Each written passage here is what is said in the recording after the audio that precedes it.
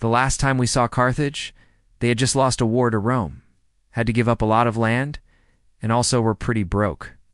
But in the years since then, one Carthaginian general has been slowly but surely turning that all around. So here's the second part of the story of Rome vs. Carthage. Part 1. The Rise of Hamilcar.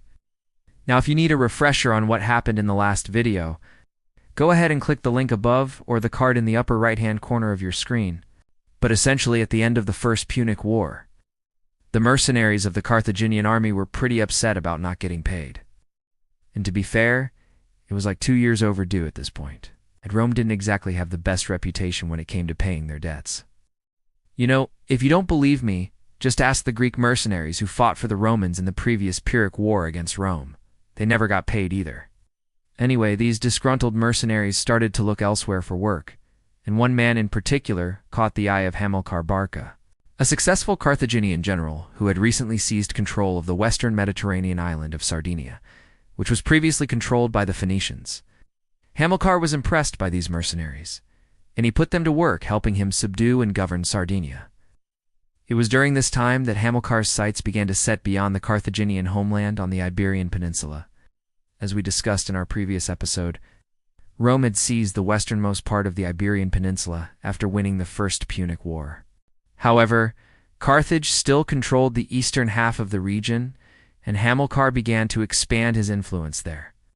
He forged alliances with local tribes, expanded Carthaginian territory, and most importantly, began to train armies composed of native Iberians. This effort would prove very fruitful for Carthage, as many of these Iberians were fierce warriors. Plus, by incorporating these locals into the military, Carthage was able to keep the mercenaries happy, because they didn't have to worry about running out of soldiers, because now they had an entire region full of eager young men looking for glory and loot. And one such warrior was Hannibal Barca, Hamilcar's youngest son, who joined his father's army when he was only 9 years old. And yeah, this wasn't like some kid-esque cartoon where a 9-year-old human goes off to fight alongside seasoned veterans. No, this was more along the lines of one of those ancient Roman statues where a general is depicted with his arm around a small child. Like seriously, the way Hamilcar held his youngest son is basically the same pose as the statue of Marcus Aurelius, with a little less toplessness. Anyway, while he wasn't fighting on the front lines, Hannibal did gain valuable experience by being on the battlefield and learning the art of war from his father. But while Hannibal was learning how to fight, Hamilcar was busy making moves across the Mediterranean. In fact, in 237 BC, Hamilcar and his son Hannibal would take the siege of a city called Saguntum. This city was located in what is today eastern Spain, and it was a colony of the Greek region of Euboea. But what makes this city important is that it was allied with Rome. So when Carthage declared war on Saguntum, Rome saw this as a provocation. Now, to be fair, it wasn't really clear whether Rome would actually intervene or not. We know that Rome wasn't too keen on getting involved in the affairs of their allies, especially if it meant going to war with a great power. Just think back to the Pyrrhic War, where Rome let its allies get obliterated before finally deciding to step in. However, in this case, it seemed as though Rome was going to get involved early. See, while Hamilcar was besieging Saguntum, one of his generals named Hasdrubal marched his troops through southern Gaul into northern Italy. Hasdrubal's plan was to distract Rome by invading their territory, and it worked. Rome deployed their best general, Publius Cornelius Scipio, to deal with this new threat. But before he could do anything, he was recalled to Rome because, well, there was a big election going on, and you know how politicians are, always trying to make themselves look good. Anyway, Rome decided to just pay Hasdrubal off, and he returned to Carthage without incident. But things didn't go so well for Saguntum. In the end, the Carthaginians captured the city and sold almost everyone into slavery. Some historians argue that this was a huge mistake on Hamilcar's part, because Rome would never forget the humiliation of watching one of their allies get destroyed like this. And I mean, yeah, maybe. Hamilcar's actions showed the growing strength of Carthage, and this was a trend that would continue for the next few decades. You see, after expanding his holdings in Iberia, Hamilcar used the wealth from that to establish a new trading colony in the region. At its peak, this colony, known as New Carthage, would become one of the largest cities in the western Mediterranean, rivaling even Rome itself. The rise of New Carthage symbolized how far Carthage had come since the end of the First Punic War, in just a few short decades. They went from being humiliated and broke to dominating their rivals and amassing great wealth once again. And while this was in large part due to the efforts of Hamilcar Barca, he would never live to see it. You see, in 229 BC, Hamilcar Barca was killed in battle. According to Livy, he was killed by a slingshot to the knee, of all things. And while Polybius attributes his death to a Gallic sword, it doesn't really matter, because in the end, he was dead. But before he died, he made sure to pass down his knowledge and military experience to his sons, Hannibal being the most notable recipient. In fact, sources tell us that Hannibal was with his father when he died, and he inherited much of his father's land as a result. With his newfound wealth, Hannibal began training even more soldiers in preparation for the coming war with Rome, and to prepare himself. He crossed the Alps and studied the terrain, planning in his head how he might one day march his own army across the mountains to invade Italy. Oh, and speaking of crossing the Alps, you know how I always talk about how hard it is to make videos?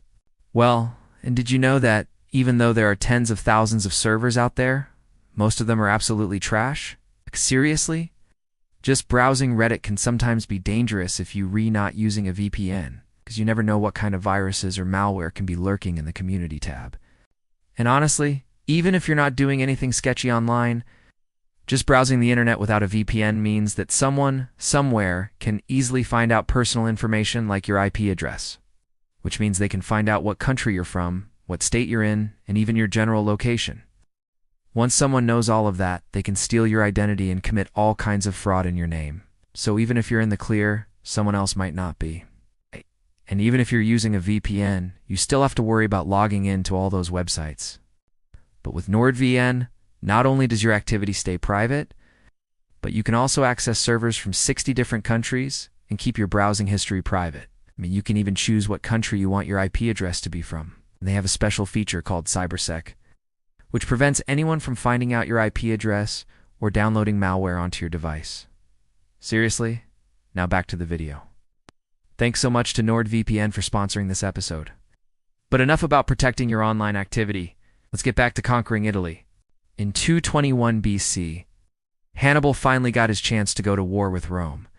That's because a representative from the city of Saguntum pleaded with Rome to avenge their destruction, specifically to avenge the survivors who escaped to Italy after the city fell. The Romans decided to heed this plea and declared war on Carthage. And in response, Hannibal marched his army west, eventually assembling an army of 40,000 foot soldiers and 10,000 cavalrymen. Hannibal's army was unlike any other force Rome had ever seen before. Not only did he have chariots drawn by elephants, but his infantrymen also wielded new types of weapons, and his cavalry was unmatched. By Roman standards, Hannibal deployed his troops in innovative ways and used his cavalry. Like shock troops, instead of the usual auxiliary role they played in Roman armies. Hannibal's army was not just larger than any force Rome had ever assembled, it was also better trained, better equipped, more disciplined, and more motivated. And all Hannibal had to do was get his army over the Alps. Now, despite the challenges, Hannibal's army began to cross the mountains. And thanks to careful planning and good fortune, they made it through with minimal losses. As soon as they arrived in the Po Valley, Hannibal turned to face Rome, and in the next few years, he achieved victories at the Trebia, Lake Trasimene, and the Battle of Cannae. And each victory brought Hannibal's forces closer to Rome.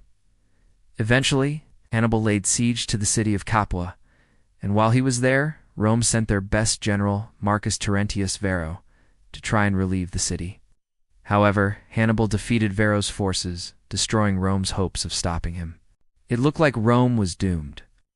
All they had to do was hold out for a few more months until Hannibal's army was forced to return home. Except that didn't happen because, well, Rome brought back a guy named Scipio, and he was a problem. We'll have to leave that story for another day. Thanks for watching.